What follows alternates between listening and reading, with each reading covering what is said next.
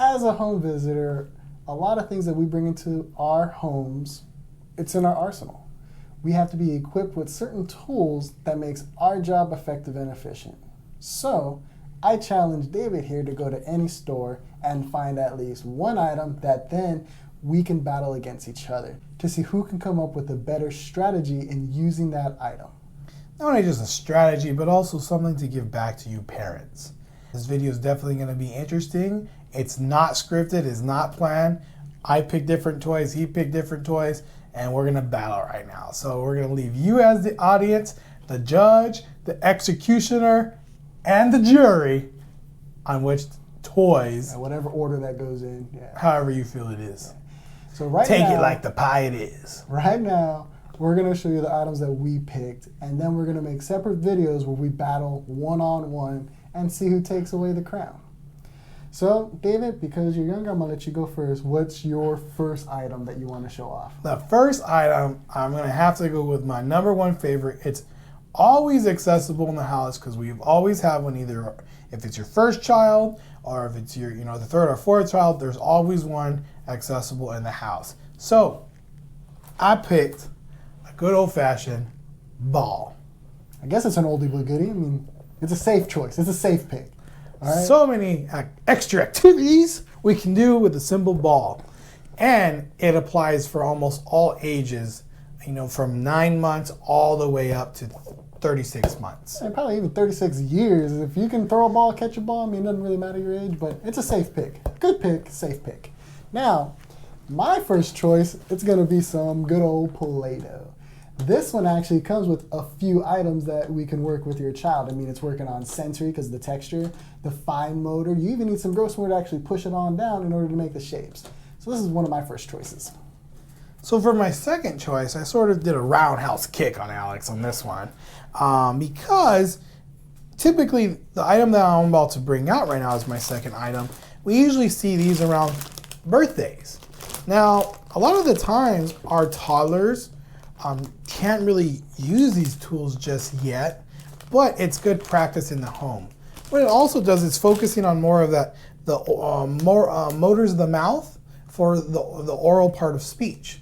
So the blowing, so a lot of parents will tell us that their kiddo just can't blow. Well, we can work on that. We can give them an adaptive tool to help them where they're learning through play, and they're using a simple toy as something we can get during our birthdays. All right, David gets creative points for that one for sure. It's going to be interesting to see how he uses it in our one-on-one battle and how he can explain to you how he would use it in the home. For me, I went a little bit more on the safer side. I went with a simple puzzle. These are very unique in a sense that they're all different colors and there's a set of 3 of each. So we're working on multiple items, sorting, actual fine motor, cognition, and actually placing them where they go. But even without the board, you can do multiple activities with this one item. For my third selection, I went with something like as a magic board. A lot of us grew up with something like this. We can relate to it. The skills that you really want to focus on with this one is more of the fine motor.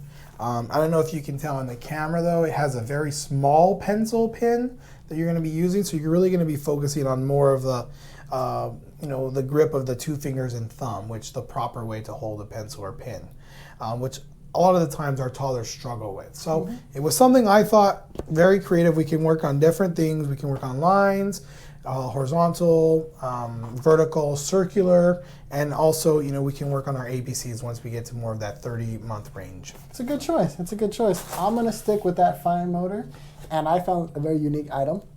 It's a little slingshot toy, so you have to put it on one finger, you have to stretch it back, then you have to let it go. So here we're working on multiple motor skills as well, and then the child has to go and retrieve it. So it's kind of like a where did it land, find it, and so to keep your child active with the gross motor. I'm going to stay on that trail, the same trail that he's on. And remember, we had no clue on what we were picking, but I'm going to stay on that trail, and I'm going to go with some good old-fashioned balloons. A pack of balloons, different colors, assorted colors. I guess you don't like winning. Assorted colors.